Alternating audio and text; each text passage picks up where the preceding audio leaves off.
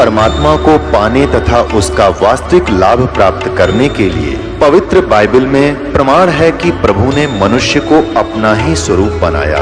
6 दिन में सृष्टि रचकर 7वें दिन विश्राम किया।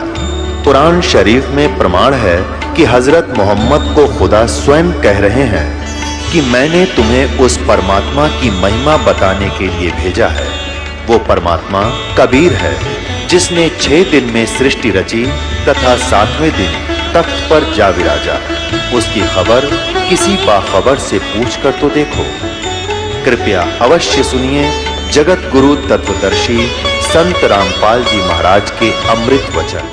हमरा ज्ञान किन्हें ना सुनिया, और ये पर भी लेन जात है दुनिया। पुण्यात्माओं, हमें बड़ा दुख है कि हमारे भाई बहन वहां किसी गंदी मौत मरे केदारनाथ की इस दुर्घटना में। कलेजा मुंह को आता है। हमारी ही दशा ऐसी हो रही है उनकी इस दीनता को देखकर। कोई भूखा मर के अचानक बैठे हैं धर्मशाला की धर्मशालाएं बह गई है। कोई सो रहा था, कोई भगवान के गुण गा रहा था, आज उनका पता नहीं कहाँ चले गए। तो पुण्यात्माओं, जिनके वो सदस्य मरे होंगे उनकी क्या हालत होगी। तो कैसा है ये लोग। यहां संतों ने, महापुरुषों ने बताया है। नानक साहिब जी कहते, ना जाने काल की कर डारे, और किस विध ढल जा पासावे, और जिनाते सरते मौत खुड़क दी उन्हानू केड़ा हासावे। तो पुण्यात्माओं, परमात्मा स्वयं आकर के हमें ज्ञान सुनाया करते थे। इन अज्ञानी गुरुओं ने काल प्रेरित होकर अपने स्वार्थवश हमारे तक यथार्थ ज्ञान भगवान का दिया हुआ आने नहीं दिया। और कबीर साहब को एक दुलाहा, एक धानक, एक निर्धन व्यक्ति, और फिर लास्ट में एक कवि, और ज्यादा ही किसी ने उपमा दी तो एक भक्त कहकर उनकी फाइल को क्लोज कर रखा था। उनकी हिस्ट्री बंद कर दी थी। लाल को कूड़े के ढेर में डाल दिया था। इस दास को पारखू बनाया, जौहरी बनाया।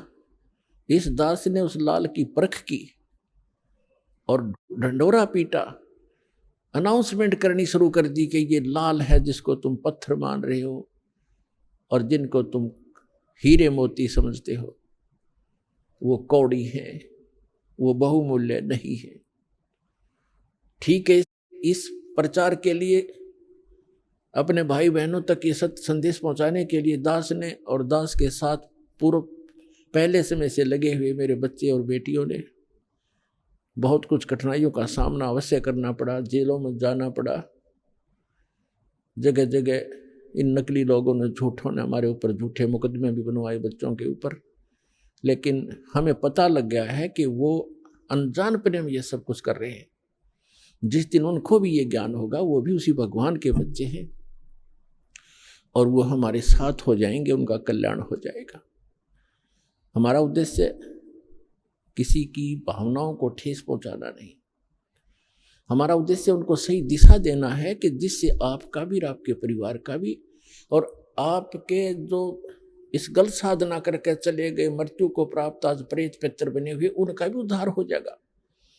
इस साधना से जो दास बताता है। अब जैसे भावनाओं को ठेस पहुंचाने की बात जो ये मूर्ख लोग करते हैं, जो स्वार्थी करते हैं, जनता को भ्रमित करते हैं कि हमारी भावनाओं को ठेस पहुंचा दिया। इन मंदिर, मस्जिदों, गुरुद्वारों और चर्चों की पूजा को ठीक नहीं बताया। मंदिरों में जाने को गलत बताते हैं। भगवान की मूर्ति की पूजा गलत बताते हैं। केदारनाथ, अमरनाथ, इन धामों और तीर्थों पर जाने को गलत बताते हैं। ये हमारी भावनाओं को ठेस पहुंचाते हैं। पुण्यात्माओं, भावनाओं को ठेस नहीं पहुंचाया जाता। यदि किसी के पास यथार्थ ज्ञान है और उस ज्ञान के आधार से कोई ज्ञान बताता है, वो तो ऐसा है जैसे बच्चे होते हैं, छोटे छोटे बच्चे। अग्नि जल रही होती है, आग जल रही है, और बच्चा उस अग्नि के बलते हुए उस जल रहे उस भट्ठी की तरफ चलता है, और उसको कोई देख लेता है बुद्धिमान व्यक्ति कि ये बच्चे अग्नि की भट्ठी की तरफ जा रहे हैं, ये जल जाएंगे। उनको जाकर वो उठा लेता है, और वो जाना चाहते हैं, उसको अच्छी वस्तु समझ के पकड़ना चाहते हैं, और उसको उठा लेता है। तो वो रोता भी है और कहता है मुझे छोड़ दे, इधर ही जाने दे। उसकी भावनाओं को वहां ठेस पहुंचाना अनिवार्य था। यदि उस भावनाओं को ठेस नहीं पहुंचाया जाता तो जल के मर जाता वो बालक। तो दास का प्रयत्न यही समझो कि यदि आप इसको भावनाओं को ठेस समझते हो तो ये इस प्रकार की भावनाओं को ठेस पहुंचाना दास की मजबूरी होगी, क्योंकि दास इस मार्ग से परिचित हो चुका है। और जहां तक पार बसाओगी आपको वहां नहीं जलने दूंगा उस आग के अंदर। अपने आत्मा परमात्मा आकर बताया करते थे कि जिन धामों की आप पूजा करने जाते हो, इन धामों की कुछ कम से कम तुम स्थापना देखो कैसी हुई है। इन तीर्थों की ये स्थापना कैसी हुई, और फिर ध्यान से सोचो, विचार करो। आज बालक नहीं हो, आप शिक्षित हो, उनके इतिहास उनकी जीवनी हमारे पास उपलब्ध है, उनको पुनः विचार करके ग्रहण करो, उनको त्याग दो। देखो जितने भी तीर्थ हैं, धाम हैं, और जितने भी ये पवित्र स्थल हैं, आदरणीय हैं, ये आदरणीय यादगारें हैं, लेकिन वहां जाने से मोक्ष नहीं हो सकता। आपको बहुत बार बताया है, परमात्मा भी आकर स्वयं बताया करते थे और कहा करते थे कि इन धामों पर जाने से आपका मोक्ष नहीं, उल्टा पाप प्राप्त और जीवन नाशी आपका होता है। आपको एक झलक दिखाते हैं ये तीर्थ कैसे बने जहां हम पूजने जाते हैं। देखिएगा एक पुस्तक, ये पुस्तक है हिमालय तीर्थ, और ये हमारे शंकराचार्यों द्वारा दिया गया ज्ञान है। ये है जेपी नबूरी, इसका प्रकाशक है। ये देखिएगा, हिमालय तीर्थ, जेपी नबूरी, उप मुख्य कार्यकारी श्री बद्रीनाथ केदारनाथ मंदिर समिति,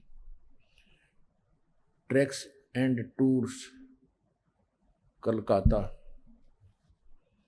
और ये यहां से छपे हैं।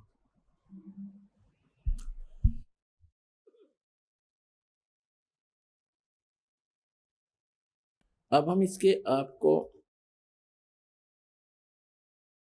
ये देखिएगा, उत्तराखंड के पंच केदार, ये पृष्ठ नंबर 17 है। यहां से हम प्रारंभ कर रहे हैं। ये 18 पृष्ठ है, यहां से हम ये 17 पृष्ठ है। उत्तराखंड के पंच केदार श्री केदारनाथ भारत के उत्तर नागाधिराज की सुर में उत्पत्तिका में स्थित केदार क्षेत्र प्राचीन काल से मानव मात्र के लिए पावन मोक्षदायक रहा है। इस क्षेत्र की प्राचीन एवं पौराणिक महत्व के संबंध में स्वयं भगवान शंकर ने स्कंद पुराण में माता पार्वती के प्रश्न का उत्तर अपने श्रीमुख से निम्न प्रकार दिया है। ठीक है। हे प्राणेश्वरी, यह क्षेत्र उतना ही प्राचीन है जितना कि मैं हूं। मैंने इसी स्थान पर सृष्टि की रचना के लिए ब्रह्मा के रूप में परब्रह्म तो प्राप्त करके सृष्टि निर्माण का शुभारंभ किया। तभी से स्थान मेरा चिरप्रिय समान है। भगवान शंकर का सुप्रसिद्ध ज्योतिर्लिंग भारत के विख्यात 12 ज्योतिर्लिंगों में से 11वां ज्योतिर्लिंग है। सुदूर उच्च हिमालय में समुद्र तल से 11,750 फीट की ऊंचाई पर श्री नर और नारायण ऋषि द्वारा प्रतिष्ठित है। पुराणों के अनुसार इस पुण्य फलदायी ज्योतिर्लिंग की स्थापना के संबंध में इस प्रकार वर्णन, अनंत रत्नों के जनक अतिशय पवित्र केदार नामक अत्यंत शोभा से युक्त शिखर पर पूर्व काल में महातपस्वी अपने आत्माओं तीर्थ और ये धाम कैसे बने हैं इसकी थोड़ी सी झलक दिखाएंगे, फिर दास मौखिक सुनाएगा, वो अच्छा समझ में आएगा। अब देखिएगा, अब हम 18 पृष्ठ पर आगे 17 पर पढ़ लिया। यहां पर पीछे से हमने पढ़ा है,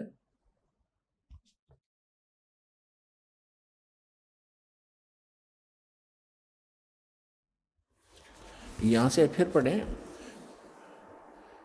यह है कि केदार, पवित्र केदार नामक अत्यंत शोभा से युक्त शिखर पर पूर्व काल में महातपस्वी कौन? ऋषि श्री नर और नारायण ने, ये दो ऋषि थे, नर और नारायण ने भगवान शिव को प्रसन्न करने के लिए बड़ी कठिन तपस्या की। इस तपस्या से तीनों लोकों में उनकी चर्चा होने लगी, जिसकी सभी लोकों में प्रशंसा होने लगी। फलस्वरूप भगवान शंकर भी नर नारायण की तपस्या से प्रसन्न हुए और उन्होंने प्रत्यक्ष प्रकट होकर ऋषियों को दर्शन दिए। दोनों ऋषियों ने भगवान भोलेनाथ के दर्शन से आनंद विभोर होकर स्तुतियों और मंत्रों से उनकी पूजा अर्चना की। भगवान शिव ने अत्यंत प्रसन्न होकर उनसे वर मांगने को कहा। भगवान शंकर की यह बात सुनकर उन दोनों ऋषियों ने देवादिदेव महादेव से प्रार्थना की। यहाँ, हे प्रभु, यदि आप प्रसन्न हैं और वर देना चाहते हैं तो अपने इसी स्वरूप में जगत कल्याण एवं हमारी पूजा प्राप्त करने हेतु यहाँ सचित होवें, ताकि जगत का महान उपकार एवं भक्तों के मनोरथ आपके दर्शनों से परिपूर्ण हो। इस प्रकार भगवान शंकर नर नारायण की भक्ति से प्रसन्न होकर वहां सचित हुए। देवादिदेव महादेव, यदि आप हम पर प्रसन्न हो तो भक्तों के कल्याण हेतु आप सदा सदा के लिए अपने स्वरूप से इस स्थान पर स्थापित करने की कृपा करें। अपने स्वरूप को यहाँ स्थापित करने की कृपा करें। यहाँ आकर आपका दर्शन पूजन करने वाले मनुष्यों को आपकी अविनाशी भक्ति प्राप्त होगी। ऋषियों की प्रार्थना सुनकर भगवान शिव ने ज्योतिर्लिंग के रूप में यह वास करना स्वीकार कर लिया। भगवान शिव से वर मांगते हुए नर और नारायण ऋषियों ने इस ज्योतिर्लिंग और इस पवित्र स्थान के विषय में जो कुछ कहा है वह अक्षर से सत्य है। इस ज्योतिर्लिंग के दर्शन पूजन तथा यहाँ स्नान आदि करने से भक्तों के लौकिक फलों की प्राप्ति के साथ साथ अचल शिव भक्ति और साथ ही मोक्ष की प्राप्ति भी सहज हो जाती है। हिमालय में केदार नामक पर्वत शिखर पर प्रतिष्ठित होने के कारण इस ज्योतिर्लिंग को श्री केदारेश्वर ज्योतिर्लिंग के नाम से जाना जाता है। केदार शब्द का शाब्दिक अर्थ है ऐसे स्थान से होता जहां दलदल एवं अति मात्रा में पानी हो। केदार क्षेत्र में यही स्थिति है, क्योंकि भगवान शंकर जलधारा प्रिय हैं। नर और नारायण ऋषियों के पश्चात अन्य ऋषि मुनियों व भक्तों द्वारा यह ज्योतिर्लिंग पूजित रहा। तत्पश्चात महाभारत काल में पांडवों द्वारा गोत्र हत्या अर्थात महाभारत युद्ध में अपने भाई बंधुओं आदि की हत्या के पाप से मुक्त हेतु यहाँ पर देवादिदेव महादेव की आराधना की गई। इसी प्रसंग में पुराण में एक कथा आती है। अपने आत्मा में पहले ये निष्कर्ष बताते हैं, थोड़ा उसके आगे और शेष आपके पढ़ के सुनाऊंगा, क्योंकि वर्तमान में एक बहुत दुर्दांत घटना घटी है जिससे आत्मा रो रही है, दुखी है, क्योंकि वो भी हमारे एक तरफ भटक रहे थे, परमात्मा के लिए वहां गए और वहां उनको क्या मिला सर्वविदित है, कहने की आवश्यकता नहीं। अब क्या बता रहे हैं कि नर और नारायण नाम के दो ऋषि वहां तपस्या करा करते उस दलदल में, केदार माने दलदल, और उनकी तपस्या से प्रसन्न होकर भगवान शिव आगे। तो पुण्यात्माओं, वो भगवान शिव कौन आगे? इस काल के जाल को कबीर भगवान ने आके समझाया है कि ये काल जो है, जैसे इसने गीता अध्याय नंबर गीता अध्याय नंबर 4 के श्लोक नंबर 5 और 9 में कहा कि अर्जुन, मेरे और तेरे बहुत जन्म हो लिए, तू नहीं जानता, मैं जानता हूं, मेरे जन्म और कर्म अलौकिक हैं।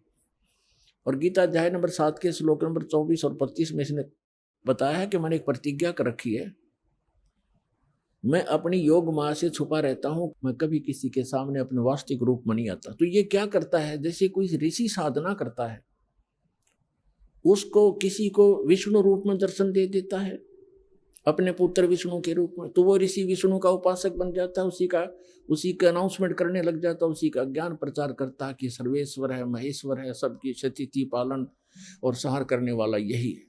और कोई ऋषि साधना, कोई भक्त साधना कर रहा है तो किसी को ब्रह्मा जी के रूप में दर्शन दे देता है, तो वो कहता है कि ये ब्रह्मा जी हमारे सामने रहते हैं, देवता, यही भगवान है, सर्वशक्तिमान है, मैंने समाधि दशा में इसके दर्शन किए, ये छुपाई है अपने आप को।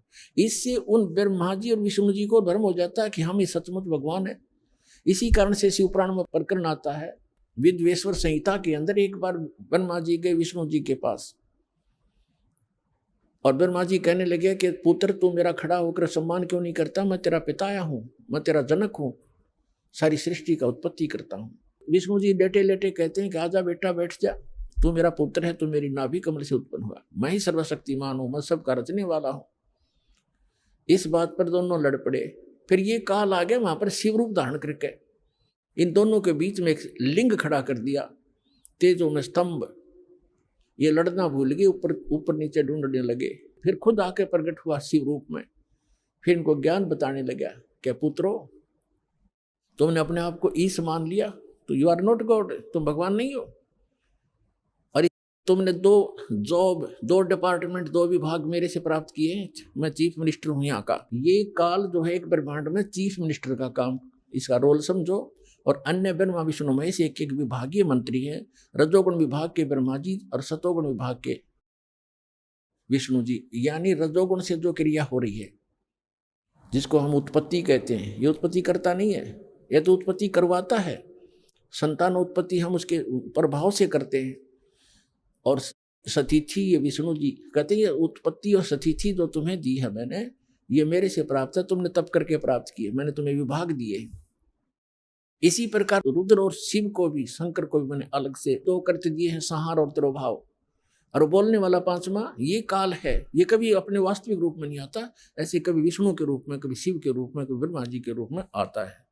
तो इसके जाल को समझने के लिए परमात्मा ने कथा सुनाई अपनी प्यारी आत्मा धर्मदास जी को, जो धर्मदास जी ने कबीर सागर में लिपिबद्ध की। परमात्मा ने कहा कि ये गलतियां करके आत्मा यहाँ आ गई इस काल के साथ, इसके 21 ब्रह्मांड वाले विमान में बैठ के, और इसने यहाँ इनको इतना दुखी कर दिया। फिर ये चिल्लाने लगी, हे भगवान हमें सुख दे, हे भगवान हमें सुख दे, हम हाहाकार मच गई। तब परमात्मा कहते, मैं आया अपने पुत्र जोगजीत का रूप बना करके, मैं वहां आके खड़ा होगा जहां तपस्या के ऊपर 1 लाख मानव शरीरधारी प्राणियों को ये नित्य खाता है, आहार करता है। और मेरे वहां आने से उस तपस्या की जलन बंद हो गई। वह आग जो कि तो गर्म ऐसे की ऐसी है, वो तपस्या, वो तई, वो बड़ी जो तवा होता है जिस पे उनको भूना जा रहा था, लेकिन उनको उन परमात्मा की कृपा से उस पर उपस्थित जितने भी 1 लाख जीव थे मनुष्यधारी जो वहां गई थी, उनकी आत्मा, उनको कष्ट बंद हो गया, उसका ताप बंद हो गया, तपत। तब उन्होंने ऊपर में उठाकर देखा कि भगवान हम कौन से दुख, कौन से पाप का यहाँ कष्ट भोग रहे हैं। तब परमात्मा ने कहा कि ये तुम्हारे इस लोक के पाप का दंड नहीं, तुम्हें ये दंड है, तुमने सतलोक में ये पाप कराया था। परमात्मा को छोड़कर तुम, परमात्मा अपने को छुपा कर कह रहे हैं कि तुम भगवान को छोड़कर वहां सर्व सुख संपन्न प्राप्त थी, आपकी कभी मृत्यु नहीं होती थी, कोई कष्ट नहीं था, उसको छोड़कर तुम इस काल के लोक में आ गए। यहाँ पर आज जिस कार को, जिसको ठीक हो, जिस बंगले को, जिस बेटा और बेटी को आप अपना मानते थे, क्या तुम्हारे साथ आया कोई? अपनी आत्मा वहां तो सारी समझ में आ जाती है कि हाँ कुछ नहीं आया जी। फिर और तुम मरते थे, ये मेरा बेटा है, ये मेरी बेटी है, ये मेरा कार है, ये कोठी है, और भक्ति करते थे तो गलत कर रहे थे। हम प्रत्येक युग में जाते रहते हैं पर तुम सुनते नहीं। तब वो कहने लगे, सभी भगवान हमसे गलती होगी, मैं माफ करो। कहते हैं ऐसे माफ नहीं होगी। जब तुम जाए धरो जग तन देहा, तब तुम करना मम सत सबद सनेहा। जब कोई मेरा संत मेरी महिमा गाता हुआ तुम्हें मिल जाए और तुम्हें मानव शरीर प्राप्त हो, तुम तुरंत ग्रहण कर लेना और फिर तुम उस सत भक्ति करके उस लोक में चले जाओगे। अमर करूं सतलोक पठाऊं, ताते बंदी छोड़ खाऊं। इतने में वो काल आ जाता है। प्रतिदिन उसने टाइम फिक्स कर रखा है, इतने समय के बाद ये सभी आत्माएं उसके तपस्या पर भुन कर उनके अंदर से जो गंध वो निकालता है, वो निकल कर उनको ऐसे उड़ा देता है, वो गंध रह जाता है। अब आप देखते हो यहाँ प्राणी गंदे पदार्थ तो बहुत आसानी से ग्रहण कर लेता खाने के लिए, पीने के लिए। शराब पीना, भांग पीना, सुल्फा पीना और तंबाकू पीना और फिर मांस खाना, चटपटे अटपटे खाना, ये तो बहुत खुश होकर ग्रहण करता है। क्यों? क्योंकि ये चाहता है कि जितना ये गंद अटपट खाएंगे उतना ही के अंदर गंदी वासना ज्यादा बनेगी और तपस्या के ऊपर भूनने से वो सारी वासना वहां रह जाती है और ये जीव वहां से कर्म ज्यों के त्यों रहते हैं, वो वापस आ जाता है, मरता नहीं। फिर अपने कर्मानुसार 84 लाख योनियों में किसी भी स्वरूप उसके कर्मानुसार वो जाए, उस योनि में वो चला जाता है। तो उसी समय वो काल आ जाता है और काल ने देखा अपने बड़े भाई जोगजीत को, जिस रूप में परमात्मा ने सतलोक से उसको निकाला था। जिन्होंने सृष्टि रचना पढ़ रखी है बच्चों, उनको खूब याद है। अब दास ज्यादा हिंट देगा आज के सत्संग में। सृष्टि रचना कभी आपको बताएंगे और आपको सीडी वगैरह बनाकर भी दे रखी है, वो भी देख सकते हैं। उसने सोचा, काल ने, इस ज्योत स्वरूपी निरंजन सरपुरुष ने के मन में आई कि जोगजीत कैसे आ गया, ये कोई परम पिता का कोई संदेश लेकर आया है। पहले इसे वो संदेश जानता हूँ, क्या आज्ञा लेकर आया है ये भगवान की, और फिर आज इसको कूटूंगा, पिटाई करूंगा इसको मारूंगा, खूब कूटूंगा, क्योंकि इसने मुझे वहां से मार कर निकाला था, मुझे जबरदस्ती निकाला था सतलोक से। तो मुझे परमात्मा बताते हैं कि धर्मदास, मुझे देखकर काल भयंकर हो गया और पहले मुझसे कहा कि पहले जोगजीत कोई आज्ञा है भगवान की, परमात्मा की, पिता की, वह मुझे बता, और फिर जोगजीत तुझे छोड़ू नहीं गा, तूने मुझे वह मार कर निकाला था। तब परमेश्वर जो जोगजीत रूप में वहां उपस्थित थे, विराजमान थे, खड़े थे, विद्वान थे, परमेश्वर ने कहा, धर्मदास, मैंने उनसे कहा, परमात्मा बता रहे हैं, धर्मदास जी लिख रहे हैं कि मैंने उससे कहा कि सुन ले आदेश परमपिता का कि ये भोली आत्मा तेरे साथ आ गई थी, इन्होंने तो गलती की सो की, पर तूने इनका कैसा सांग निकाल रखा है, कैसे कैर ढा रहा है इनके ऊपर, तू कोई गधा बना दिया, कोई गधी बनाई, कोई कुत्ता, कोई कुतिया, किसी का बेटा मर गया, किसी की बेटी मार रहा है, हाहाकार मचाए रखी। तो इसने कहा कि पिताजी ने मुझे श्राप दिया था और जिस श्राप अनुसार मुझे भूख लगती है तो मैं तो इनको खाऊंगा, बनाऊंगा, पैदा भी करूंगा। परमात्मा ने कहा कि चल, इन्हें गलती कर दी तो खा भी रहा है, सारे काम कर रहा है, फिर इनके किसी का हाथ काटे, किसी की टांग कटे, कोई अंधा, कोई कैंसर से पीड़ित, ये जुल्म क्यों कर रहा था इनके ऊपर। तब इसने कहा कि मैं तो सत्य का राज करता हूँ, मैंने परमात्मा को वचन दे रखे हैं और जैसे कर्म जो करेगा वैसे भोगेगा, मुझे इसमें कोई लेना देना नहीं है। अपने आत्माओं, यहाँ की इस सारी व्यवस्था ऐसी है इस काल के लोक में। एक तरफ तो सरकार शराब के ठेके, फीम के ठेके, भांग के ठेके खोलती है और फिर शराब पीकर कोई इधर उधर जाता उसको अंदर कर देता, तो शराब पी कर गलत गतिविधि की, और शराब पी कर रामायण बचेगा, वो भांग पी कर रामायण पढ़ेगा, गलत गतिविधि करेगा वो। तो इसने ऐसा कर रखा है कि मैं तो सत्य का राज करता हूं, जो जैसे कर्म करेगा वैसा ही फल देता हूं। अब ये इतनी बकवादों का की आविष्कार करवा दिया, तो फिर ये भोली आत्मा तो गलतियां करेंगे ही करेंगे, तो कहते भोग लेंगे। इसने थोड़ा लेना देना, हम इसके बच्चे नहीं है, हम इसके बच्चे होते तो ऐसा दुख देता ही है। आज केदारनाथ के ऊपर 20,000 आदमियों को मार देता, अपने बच्चों को। ये हम इसके बालक नहीं है, हम इसकी प्रजा नहीं है, हम उस परमात्मा की प्रजा है, सतपुरुष के बच्चे हैं, और हम अपनी गलती से इसकी कैद में फंस गए हैं। यहाँ से निकालने का एक तरीका है, हम स्वेच्छा से आए हैं, स्वेच्छा से ही वापस जाएंगे। जब हमारी यहाँ के लोग से दुखों से इतना मन हट जाएगा और वहाँ के सुख से हम इतने प्रभावित और प्रेरित हो जाएंगे और फिर सब भक्ति करेंगे, तब हम वहाँ जा पाएंगे। इसलिए आपको सारा ज्ञान प्रमाण दिखाई जा रहे हैं ताकि आपका यहाँ से मन हटे और भक्ति पर डटे, और फिर वहाँ चलेंगे हम। तब इस परमात्मा ने कहा जोगजीत रूप में कि मैं नीचे जाऊंगा, परमात्मा ने भेजा हूं, और वहां जाकर तेरे सारे जाल को समझाऊंगा और सबको परमात्मा की महिमा बताऊंगा। आपने जो सतपुरुष है, जो वास्तव में भगवान है, यथार्थ स्थान है, यथार्थ स्थान है, उसका तो नामो निशान मिटा दिया, तू स्वयं भगवान बन बैठे यहाँ का, और सबको बताऊंगा। और एक ऐसा गुप्त मंत्र दिया है मेरे को, वो मंत्र उनको दूंगा, सतनाम और सारनाम। और फिर उसने कहा, उस आग तो अंदर से जल गया वो सारा, ये तो नाश करेगा मेरे बड़े बड़ाई काम का। आज जब उसने ये बात सुनी तो एकदम भयंकर होगा, कहने लगा तू मेरा बाग उजाड़ने जा रहा है, तू मेरा नाश करने जा रहा है, तुझे अभी खत्म कर दूंगा, तुझे तो जाके दिखाना नीचे। परमात्मा ने कहा कि ऐसा सुनकर काल भयंकर होगा मेरे ऊपर, और धर्मदास ऐसे अटैक किया उसने मेरे को बिल्कुल खत्म करने के लिए दौड़ के आया, और मैंने सतनाम का सुमन कर दिया, नाम का सुमन शुरू कर दिया। इस नाम के अंदर धर्मदास ऐसी प्रबल शक्ति है, इसके सामने कोई भी देव, कोई यक्ष, कोई भी यहाँ का काल तक भी नहीं ठहर सकता। मेरे पास ऐसा मंत्र है। पुण्यात्माओं, ये परमात्मा धर्मदास जी के माध्यम से, और धर्मदास जी को तथा हम सभी को सतर्क करना चाहते हैं कि कभी भी आपके ऊपर कोई भी आपदा आती है किसी भी प्रकार की, तो नाम का सिमरन अवश्य करना कुछ देर। फिर जो टेंशन है वो है, लेकिन समन एक बार कर लेना, आप देखना फिर उसका प्रतिफल कैसा होगा।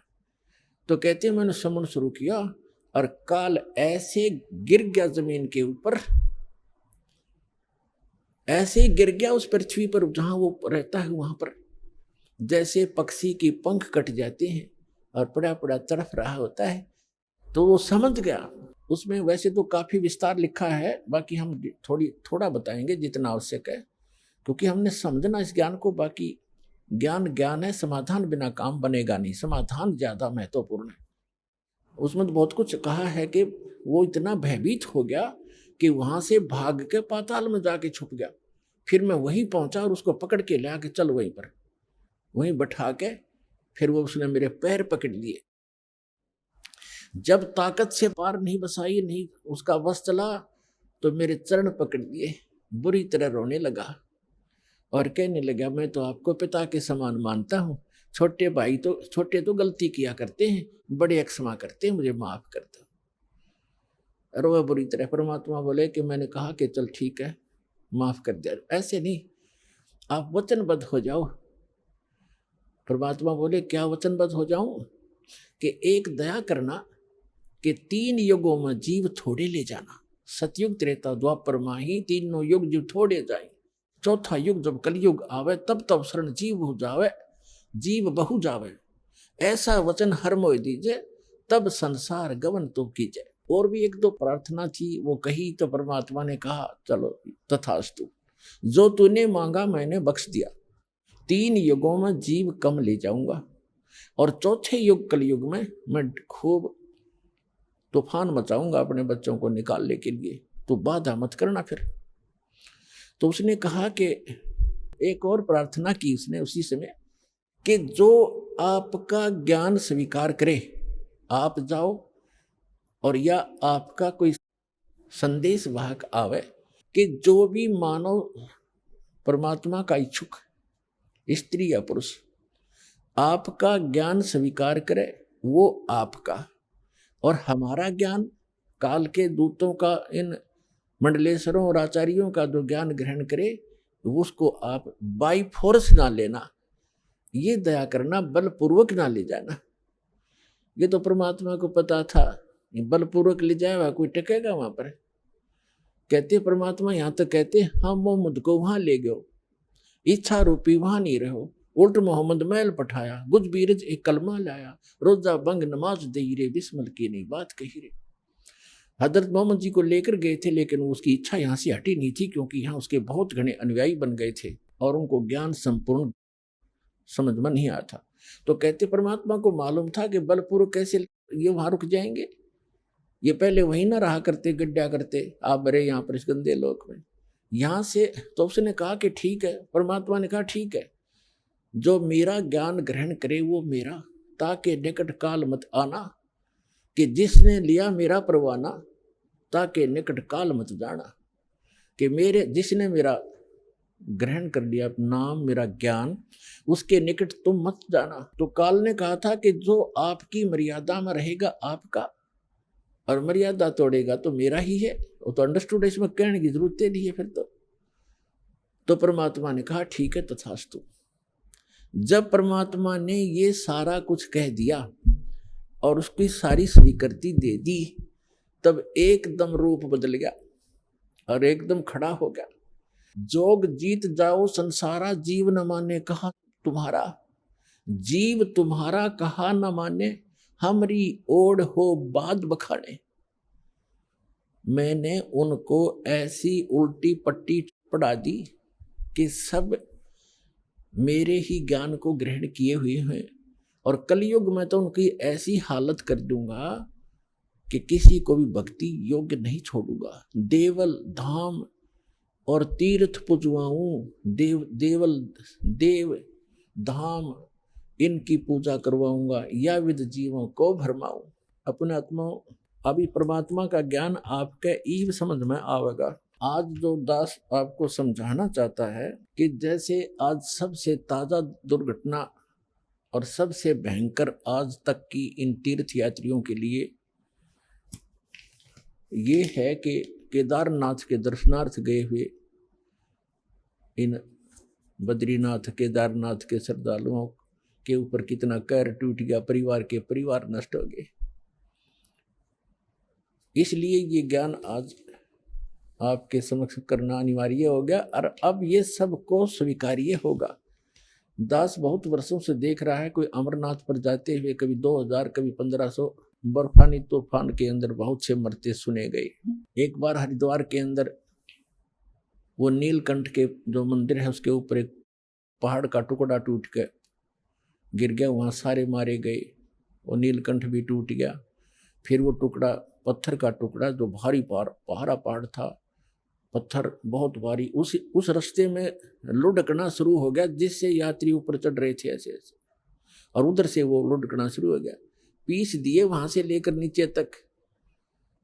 और फिर वहां एक लक्ष्मण झूला है, गंगा के ऊपर एक पुल बना हुआ है, लोग कुछ जा रहे थे, फिर वहां से सुनकर कुछ बचे हुए, कोई इधर भाग रहा था, कोई इधर भाग रहा था, कोई पुल को पार करने की चेष्टा वापस कर रहा था।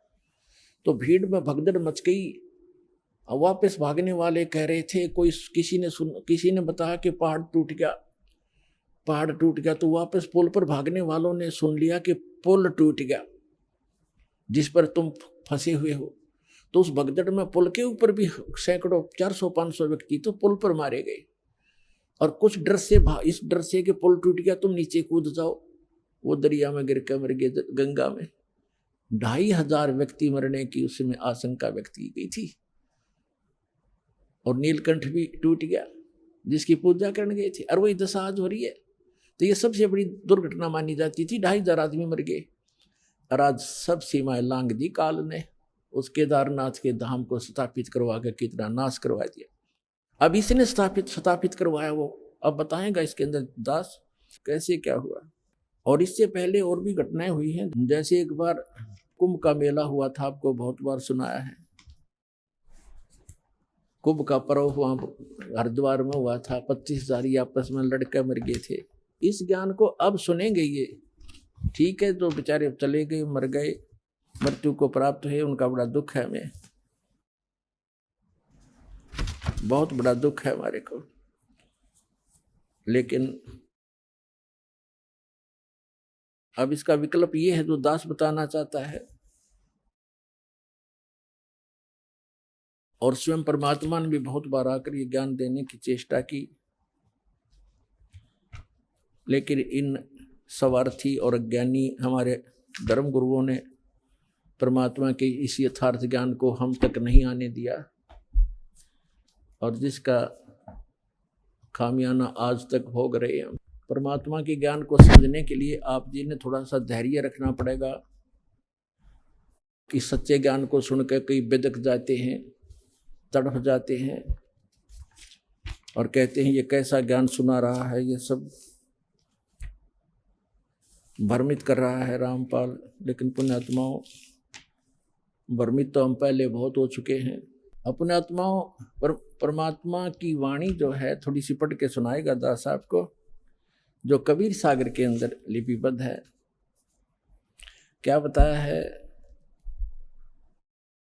बहुविध जीवन कीन पुकारा, काल देत है कष्ट अपारा, यम का कष्ट सहा ना जाई, हे परमेश्वर तुम हो सहाई।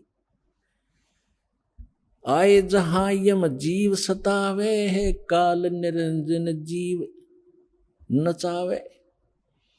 चटक पटक करें जीवता भाई, ठाड बहे पुनता हम जाई। कहते वहां जीवों ने तपस्या के ऊपर हाहाकार मचाई, पुकारने लगे बुरी तरह कि हमसे इस काल का कष्ट सहा नहीं जाता, भगवान आप कहाँ हो, परमात्मा हमें बचाइए। तब चटक मटक करें जीवता भाई, वो तपस्या पर जैसे बड़ बूजा बुगड़े बुनता है, खील बुनता है, चावलों की पटक पटक होते हैं, वहां जीव ऐसे चटक पटक होकर के उनके अंदर से वासना निकालता है। चटक पटक जीव करे ता भाई, ठाड बहे ता पुन हम जाई। ठाडे वहां खड़े हो गए जाकर, मोहे देख जीव कीन पुकारा, हे साहेब हम लेहो उबारा। तब हम सत शब्द गुरावा, पुरुष शब्द से जीव तपत बुझावा। यम से छुड़ा ले वो तुम स्वामी, दया करो प्रभु अंतर्यामी। हमको काल से छुड़ा लो मेरे दाता, हे दाता हम पर दया करो। तब मैं जीवन कहा समझाई, जोर करूं तो मेरा वचन नसाई। इसने वचन लिया था कि जबरदस्ती करके बलपूर्वक ना ले जाना जीवों को। तो परमात्मा कहती है यदि मैं जबरदस्ती बलपूर्वक तुम्हें ले जा तो सकता हूँ, 1 सेकंड में इसके सारे किस ब्रह्मांड को समेट सकता हूँ, लेकिन जोर करूं तो मेरा वचन नसाई। जब तुम जाए धरो जग नर देहा, तब तुम करियो शब्द स्नेहा। पुरुष नाम सुमरण सैदाना, बीरा सार गहो परवाना। मेरा ये जो सार नाम प्राप्त कर लेना, इतना धैर्य रखना, उस ज्ञान को सुनना। दे दरो सत शब्द समाई, तब हम सतलोक ले जाई। मानव शरीर प्राप्त करके जब तुम ये सत शब्द सतनाम प्राप्त करोगे, तब मैं तुम्हें सतलोक ले जाऊंगा। जहां आशा ता बासा होई, मन कर्म वचन सुमरियो सोई। जहां आशा तहां बासा हुई। जैसे आप अंतिम समय में इस दृढ़ ज्ञान के आधार से इस भक्ति तो कर ही रहे हो, आप भक्ति का धन तो आपका संग्रहित हो ही रहा है। अब जैसे एक व्यक्ति बता रहा था कि मेरी जो थी पेंशन नहीं मिल रही थी मुझे, और वो गलती से डिपॉजिट हो ही रही थी, वो किसी मिसलेनियस में जाती रही, 6 महीने की इकट्ठी होगी। मैं सोचूं मुझे कुछ मिल नहीं रहा, फिर एप्लीकेशन लगाई तो वो सारी इकट्ठी आकर मिल गई। तो पुण्यात्माओं ऐसी ही है, आपको पता भी नहीं लग रहा है कि आप क्या कर रहे हैं और आपकी कैसी संग्रहित हो रही है कमाई। तो ये आपको ना दिखाई दे रही तो भी संग्रहित हो रही है, लेकिन अंत में यदि आपका दिल यहाँ से नहीं हटा की तक संपत्ति, बेटा बेटी में, कार कोठी में आपकी आस्था रहेगी तो दोबारा यही रह जाओगे। ठीक है, यहाँ आप बहुत बड़े बड़े जिसको आप सुख मानते हो वो डले फिर डोना शुरू कर दोगे। क्या करोगे? शिवलोक में जाओगे, क्योंकि आपको शिव जी का मंत्र दिया जाता है जो अमोघ मंत्र है, जिससे ये प्रभावित होते हैं। जैसे बहुत बार बताया है, ये अन्य मंत्रों से कोई लाभ नहीं होगा, जो यथार्थ मंत्रों से ही ये लाभ मिलता है। जैसे एक भैंसा होता है और उसको कोई भैंसा भैंसा करता रहे, वो कोई परवाह नहीं करता, वैसा है और हम बोल भी रहे हैं। और उसको एक बार एक विशेष शब्द है उसको करते हैं हुर्र, वो एकदम ऐसे देखता है और चारों तरफ सतर्क हो जाता है। वो अट्रैक्शन है उसके ऊपर, उसके विवश है, वो वश है उसके। ऐसे ही ये मंत्र जो दास आपको देता है। इन मंत्रों से आपको लाभ होगा। तो शिवलोक में चले जाओगे, शिव जी की सत साधना कर रहे हो, विष्णु जी की साधना कर रहे हो, विष्णुलोक में चले जाओगे। यदि यहीं रह गए तो ऐसे अन्य देवताओं की समझो। ब्रह्मलोक की साधना भी आप कर रहे हो, ब्रह्म की, वहां चले जाओगे ब्रह्मलोक में। और फिर हजारों युगों के बाद सारी पुण्य कमाई खत्म करके फिर पटकेगा आपको पृथ्वी पर। यहाँ राजा भी बन जाओगे, रानी भी बन जाओगे, और फिर चारों खानी में जाओगे, गधे और गधी भी बन जाओगे। वह पूंजी नाश होने पर बैटरी डिस्चार्ज हो जाएगी और फिर आप इसी सत्र में आ जाओगे जो आज खड़े हो। कितनी बार आप उन सतिथियों को प्राप्त कर सके हो। कोट जन्म तन भरमत होगे, कुछ ना हाथ लग्या रे, कुकर सुकर खरवा बोरे, कौआ हंस बुगारे। कोटि जन्म तू राजा की, ना मिटी न मन की आशा, भिक्षुक होके दर दर घूम्या, ये मिला न निर्गुण रासा। इंद्र कुबेर ईश की पदवी, ब्रह्मा वन दुर्मराया, विष्णुनाथ के पुर को जाके फिर भी वापस आया। असंग जन्म तन मरत्या होगे, जीवित क्यों न मरे रे, द्वादश धर्म दुमल मुठ बोरे, बहुर न दे धरे रे। दो जग बिस्त सभी ते देखे, राजपाट के रसिया, तीन लोक से तरपत नाही, ये मन भोगी खसिया। सतगुर मिले तो इच्छा मेटे, पद मिल पदे समाना, चल हंसा उस लोक पठाऊं, जो आदि अमर अस्थाना। वहां क्या सुख है? चार मुक्ति जहां चंपी करती, माया होरी दासी, दास गरीब अभय पद पर से, वो मिले राम अविनाशी। तो क्या बताते हैं फिर तुम? यह परमात्मा कह रहे हैं, जहां आशा ता बासा होई, मन कर्म वचन सुमरियो सोई। जहां आशा होगी अंत समय में, जैसे गीता अध्याय नंबर 8 के श्लोक नंबर 6 में कहा है कि जहां जिस भाव से भावित व्यक्ति अंत समय में रहता है, उसी भाव को, उसी इष्ट को प्राप्त हो जाता है। तो आपको ज्ञान इसलिए दिया जाता है, रह रहकर आपको पढ़ाया जाता है, तोते की तरह रटाया जा रहा है। जैसे बच्चों को स्कूल में शिक्षा दी जाती है, वो शिक्षा उनका आधार आजीवन रहता है। इसी प्रकार आपको ये ज्ञान दिया जाता है, तो अंत समय में ये ज्ञान याद रहना चाहिए आपके। फिर परमात्मा यहाँ तक दयालु है। अब इनकी दयालुता का हम कोई शब्दों में उनको बता नहीं सकते। क्या कहते हैं, यदि तुम गलती कर भी गए, ऐसे रह गए यहाँ पर, धक्के तुमने खाने पड़ेंगे। और ये 100 अरसों जो पिछली पीढ़ी का यू हाथ से निकल गया, फिर तो पछताना ही पड़ेगा। फिर भी कितने दयालु हैं, आपके पुण्य बचा देंगे। शिव मंडल ब्रह्मापुरी, चाहे विष्णु लोक में हो, हमरे गुण भूले नहीं, तो आन छुटाऊं तो।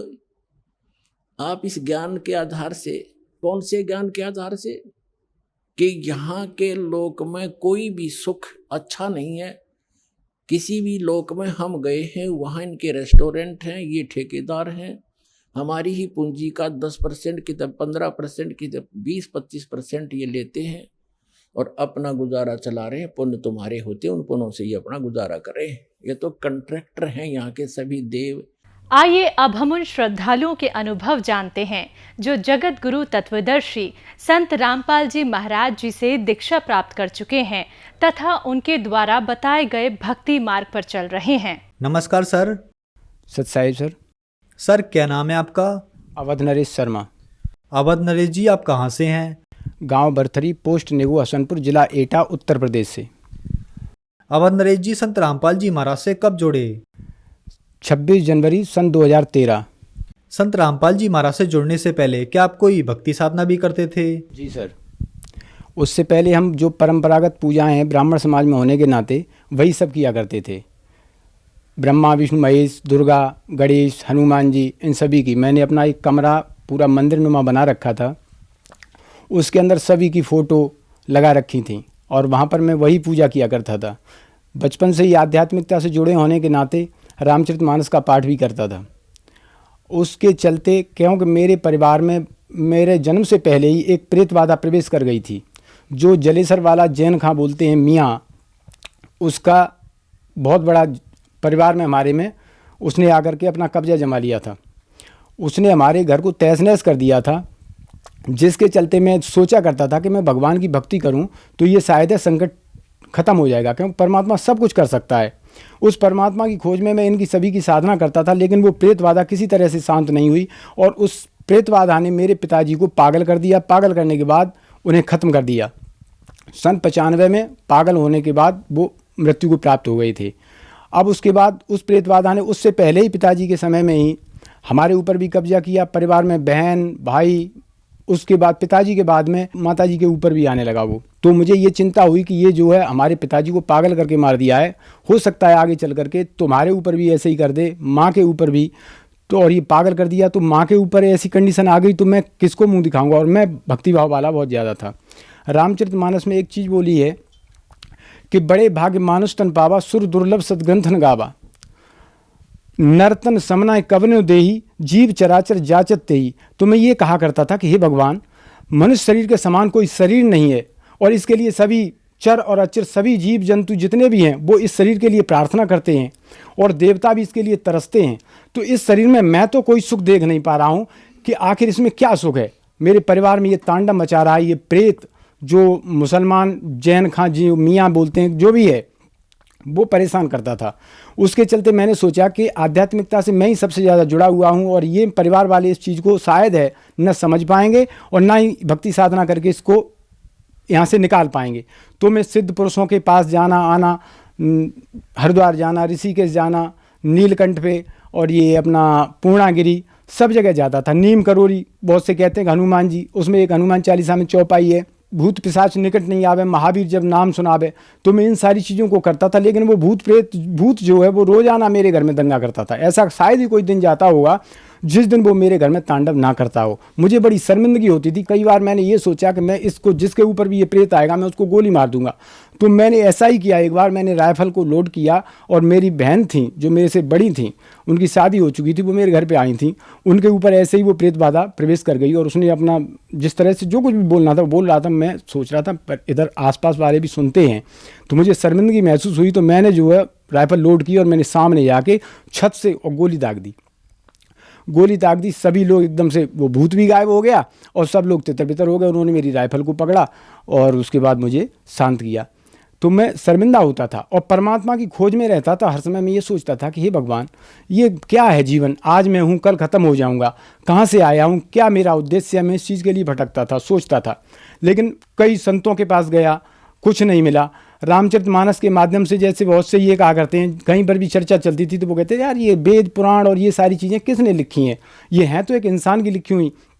लेकिन रामचरितमानस में कहा है उत्तरकांड में कि ये जो वेद पुराणों के ऊपर चौपाई है उसमें कि जो वेद और पुराणों की निंदा करते और उनको झूठा बताते वो कल्प एक एक कल्प तक नरकों में डाले जाते मनुष्य शरीर त्यागने के बाद में। तो मैं इस चीज़ को सोच करके भी थोड़ा सा आध्यात्मिकता से सोचता था कि नहीं भाई, मुझे ये गलती, मुझे तो परमात्मा के विधान को मानना है। इस चीज़ को मानता रहा बराबर, ठीक है। उसके बाद जब कहीं से कोई लाभ नहीं मिला, थक गया बुरी तरह से, तो एक बार मैंने सोचा कि मैं अब घर छोड़ के चला जाऊंगा। मैं हरिद्वार जाने के लिए मैंने कहा कहीं कंदराओं में जाऊंगा, कोई ऋषि, कोई सिद्ध पुरुष, क्योंकि मेरे साथ एक घटना घटी थी बहुत ज़बरदस्त। उसने मुझे हिला दिया था। मैं बराबर भक्ति करता था, हवन करता था हर पूर्णिमा को, तो इतना हिल गया मैं नास्तिकता के कगार पे पहुंच गया। लेकिन उस नास्तिकता से बचा क्यों रहा? क्योंकि मैं सर्प और बिच्छू के मंत्रों का भी इलाज जानता था, थोड़ा सा मंत्रों को। तो जब बिच्छू के विष को जहाँ पर काट लेता है वहाँ वो बिच्छू का जहर अंदर से और उस डंक का असर वहाँ पर आ जाता था। तो मैं सोचता था शक्ति तो है, इसलिए मैं बचा रहा। और वो जो मेरे को नास्तिक होने तक ले करके आई थी उसने मुझे ऐसा कर दिया कि कहीं कुछ भगवान नहीं है। मेरे घर पे बहुत बड़ा मंदिर है, दुर्गा जी का, शंकर जी का, हनुमान जी का। मैं बराबर संध्या आरती शाम को करता था, घंटा बजाता था कि घंटा से कहीं बहुत दूर तक प्रेत बाधा नहीं होती। उसके चलते फिर मैं सन 2000 में गायत्री परिवार से जुड़ा। शांतिकुंज हरिद्वार से मैंने दीक्षा ली 13 वर्ष तक। सन 2013 जब तक मैं संत रामपाल जी महाराज के सानिध्य में नहीं गया तब तक मैं गायत्री साधना करता रहा और इस सारी चीज़ से परेशान रहा। तो मैंने सोचा, अपनी दुकान पे ही ऐसे ही खड़ा था। उसके बाद नीचे आया तो वहाँ पर हमारे एक आसपास के गांव में, गांव पड़ता है, वहाँ के एक बुजुर्ग थे, वो हरियाणा से लौट कर के गए थे। तो उनसे मैंने पूछा कि भैया जी, हमारे गांव के वैसे लोग जाते थे संत रामपाल जी महाराज के पास, तो मैं इनके ऊपर विश्वास नहीं करता था। संत महंतों के ऊपर मैं बहुत कम विश्वास करता था, क्योंकि मुझे रामकृष्ण की साधना ये सभी बताते हैं। तो मैं सोचता था कि इतना तो मुझे ज्ञान है ही है। तो मैंने उनसे पूछा कि आप लोग हरियाणा जाते हो तो आपको कुछ मिलता है, वहाँ पे कुछ मिला है?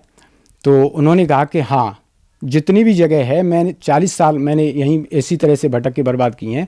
और हरियाणा में जो संत रामपाल जी महाराज के पास है वो इस पृथ्वी पर कहीं नहीं है। मैंने कहा कि ऐसा क्या है कि आप कल हमारे पास आना, क्योंकि वो तांगे में बैठ रहे थे, तो उन्होंने कहा कि आप कल हमारे पास आना, तब मैं आपको बताऊंगा। मैंने कहा ठीक है। अगले दिन ऐसा हुआ कि मैं अचानक ही ऐसा सिस्टम बन गया कि मैं उनके गांव चला गया तो वो भी मिल गई हमको। उनसे मैंने रामाकृष्णा की और मैंने उनको बुलाया, पास में बैठ गए, कुर्सी पर बैठने के बाद बात हुई तो उन्होंने कहा कि हमारे पास एक पुस्तक है ज्ञान गंगा, वो मैं आपको दूंगा, आप उसको पढ़ना, और संत रामपाल जी महाराज इस पृथ्वी पर पूर्ण गुरु हैं। तो मैंने कहा अच्छा। तो उन्होंने फिर उसके बाद मुझे ज्ञान गंगा पुस्तक दी। ज्ञान गंगा पुस्तक देने के बाद जब मैंने उस पुस्तक को घर पे आकर के देखा, उस पुस्तक को पढ़ा, तो उसमें सारे प्रमाण ऊपर से नीचे तक, गीता जी से, वेदों से, और साक्षी जो आदरणीय नानक जी कबीर परमेश्वर के साक्षी, ये सारी चीज़ें देखी मैंने, तो मैं हिल गया। मैंने कहा ओहो, संस्कृत को मैं अच्छी तरह जानता था, गीता जी का पाठ करता था, तो गीता जी में मैंने तुरंत ही गीता जी को उठाया और मैंने उसमें मिलान किया। तो उसमें जो लिखा हुआ था गीता जी में, गीता अध्याय 7 का श्लोक 24 और 25, उसमें लिखा था कि अव्यक्तम व्यक्तिम आपन्नम मन्यते मामा बुद्धया परम भावम न जानन्तु ममा भय मनुत्तमम नाहम प्रकाश है सर्वस्व योग माया समावृत है मूढ़ा ना विजानात लोक माम जिमभयम, कि मैं अपनी सिद्धि शक्ति से, भक्ति की शक्ति से छुपा रहता हूँ और मैं किसी के समक्ष प्रकट नहीं होता। तो मैंने सोचा कि ये प्रकट नहीं होता, छुपा रहता, ये कौन है।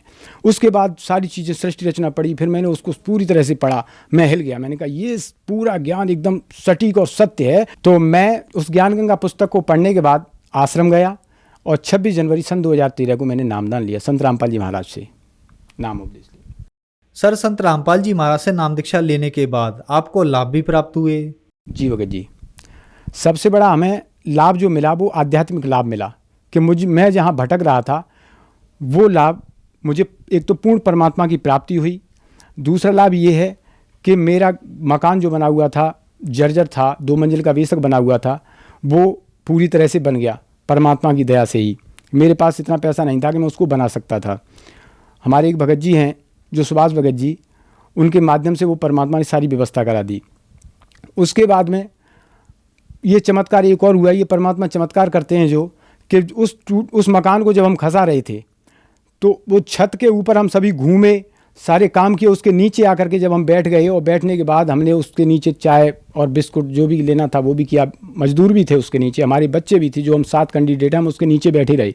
और जैसे ही हम लोग उससे बाहर निकले और एकदम से वो छत नीचे गिर गई, और छत ऐसे गिरी कि जहाँ पर मैं ईंटों को उठा रहा था उसके ठीक पीछे पिलर था, और वो पिलर पूरी तरह से झुक गया मेरे ऊपर, और वो मेरे ऊपर अगर गिर जाता तो मैं मर जाता। और छत के नीचे भी सभी थे, धूल उड़ गई एकदम से, सभी ने कहा ये सब दब के ख़त्म हो गए। मैंने भी सोचा कि हो सकता है ये सभी खत्म हो गए, लेकिन मुझे पता था कि परमात्मा की शरण में है, हमारे साथ ऐसा नहीं हो सकता, अनहोनी नहीं हो सकती। परमात्मा संत रामपाल जी महाराज, उनकी दया से ही हमारा हादसा टला। कई जगह मौत से परमात्मा ने मुझे मौत के मुँह से बचाया है। उसके बाद अभी का एक चमत्कार और है भगत जी, हमारे परिवार में सभी अनुपदेशी थे।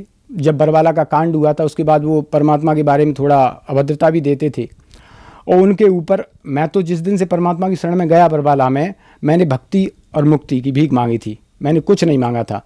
जब मैं वहाँ से आया उस दिन से लेकर के आज तक मेरी माँ के ऊपर कोई चक्कर नहीं हुआ किसी तरह का, मेरे ऊपर कोई नहीं हुआ, परिवार पूरी तरह से सुखी हो गया। अब जो हमारे भाई थे वो उस प्रेत बाधा से पीड़ित हुए। उसके बाद जब उनके घर में तांडव हुआ, भक्तों के पास भी भटके, सब काम किए, लेकिन लास्ट में संत रामपाल जी महाराज की शरण में आने के बाद ही उनकी जीवन रक्षा हुई है। अभी हमसे बड़े वाले जो भाई हैं जिन्होंने नाम लिया, 2 बार उनको मरने के बाद भी परमात्मा ने जीवन दान दिया है पूरी तरह से। उनके फेफड़े गल गए थे, सभी डॉक्टरों ने मना कर दिया था। कानपुर से वापस आ गए थे, हम दिल्ली लेके जा रहे थे, हमने सोचा कि एटा में शैलेंद्र जैन को दिखा लेते हैं, तो उन्होंने शाम को ये बोल दिया कि आप कहीं पर भी जाओगे बर्बाद हो जाओगे, इनके अंदर कुछ भी नहीं रहा है। मैंने खुद कंप्यूटर पे उनके सामने बैठ करके देखा और उन्होंने दिखाया कि इनका सारा सिस्टम खत्म हो चुका है। जितनी सांस इनके अंदर डाल दी है उससे ज़्यादा कोई माई का लाल इनको दे नहीं सकता, परमात्मा ने जो डाल दिया है। फेफड़े उनके गल गए थे, सांस की बीमारी थी उनको, उसके चलते उनके फेफड़े खराब हो गए थे। उन्होंने फिर संत रामपाल जी महाराज से नाम दीक्षा ली और उसके बाद वो आज पूरी तरह से स्वस्थ हैं। लाभ तो बहुत सारे हैं भगत जी, अगर मैं बताने लग जाऊंगा तो पूरा दिन निकल जाएगा, लेकिन लाभ पूरे नहीं होंगे। परमात्मा तो सारे लाभ ही लाभ देते हैं। जब तक कनेक्टिविटी नहीं जुड़ी थी तब तक तो हम भटक रहे थे, लेकिन अब सारे लाभ हैं, आर्थिक मानसिक हर तरह के लाभ हैं। परमात्मा से जो भी है वो परमात्मा देते हैं। सर, संत रामपाल जी महाराज से नाम दीक्षा लेने से पहले आप बहुत भक्ति साधनाएं करते थे। फिर आप 13 साल तक गायत्री परिवार में रहे और वहां भी आपने भक्ति साधना की। सर, यहाँ पर एक विचारणीय विषय ये है कि जो पहले आपने भक्ति साधना की उनसे आपको कोई लाभ नहीं मिला, लेकिन संत रामपाल जी महाराज की भक्ति से ही आपको लाभ मिला, जबकि दोनों ही भक्ति थी। उसमें क्या है सर, रामचरितमानस में एक दुआ पढ़ता था जो 100वां दुआ है उत्तरकांड का। उसमें लिखा हुआ है कि श्रुति संबत हरि भक्तिपथ संयुत बिरति विवेक तेन चलय नर मोह बस कल्पय पंथ अनेक, कि जो परमात्मा को प्राप्त करने का वेद सम्मत मार्ग है, शास्त्र अनुसार जो मार्ग है परमात्मा की प्राप्ति का, लोग भ्रमित होकर के वेद ज्ञान न होने के कारण अपने तरह तरह के पंथों का विस्तार कर डालते हैं और इस तरह से वो वंचित रह जाते हैं उस चीज़ से।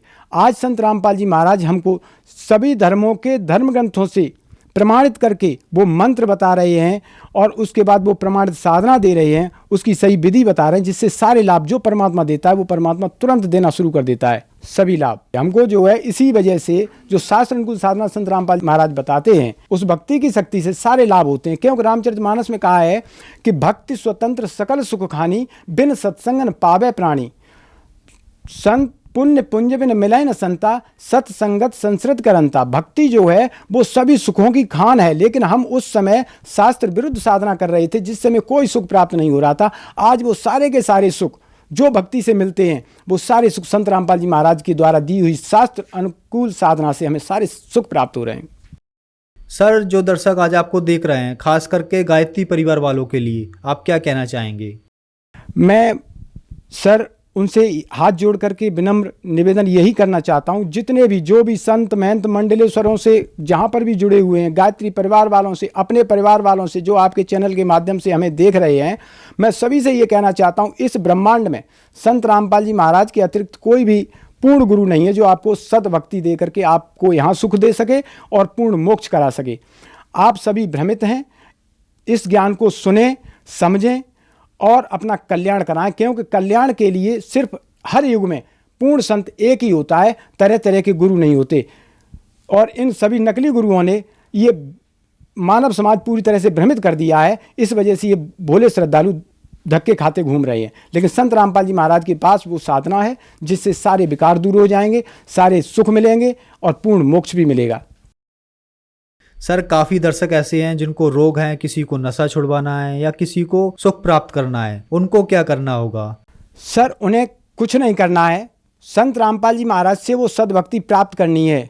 नाम लेकर के भक्ति करें। और जब अभी मैंने जो चौपाई बोली थी कि भक्ति स्वतंत्र सकल सुख खानी, सारे सुखों की खान है भक्ति, लेकिन वो हमारी शास्त्र अनुकूल होनी चाहिए। शास्त्र विरुद्ध साधना आप जो भी करेंगे, गीता जी के अध्याय 16 के 23वें श्लोक में कहा है अर्जुन से, काल भगवान ने कहा है कि हे अर्जुन, जो शास्त्र विधि को त्याग कर अपनी इच्छा से मनमाना आचरण करते हैं उनको ना कोई सुख मिलता है, ना सिद्धि प्राप्त होती है, ना उनकी कोई गति होती है, उसके बदले उनकी दुर्गति होती है। सर, संत रामपाल जी महाराज से नाम दीक्षा कैसे प्राप्त की जा सकती है? सर, आज संत रामपाल जी महाराज ने इतनी दया कर रखी है कि बहुत सारे चैनलों पे ज्ञान आ रहा है संत रामपाल जी महाराज का, और सभी चैनलों पे नीचे पीले रंग की पट्टी चल रही है जिसमें फ़ोन नंबर दिए हैं। उन फ़ोन नंबरों को नोट करें और नोट करने के बाद आप उस पर कॉल करें। कॉल करने के बाद जहाँ पर भी जैसे भी हैं आप, वो अपनी स्थिति को बताएंगे कि हम यहाँ से हैं, तो वहाँ पर जगह जगह परमात्मा ने नामदान सेंटर खोल रखे हैं, वहाँ जा कर के आप नाम दीक्षा लेकर के अपना कल्याण करा सकते हैं। सर, बहुत बहुत धन्यवाद आपका। सत साहिब।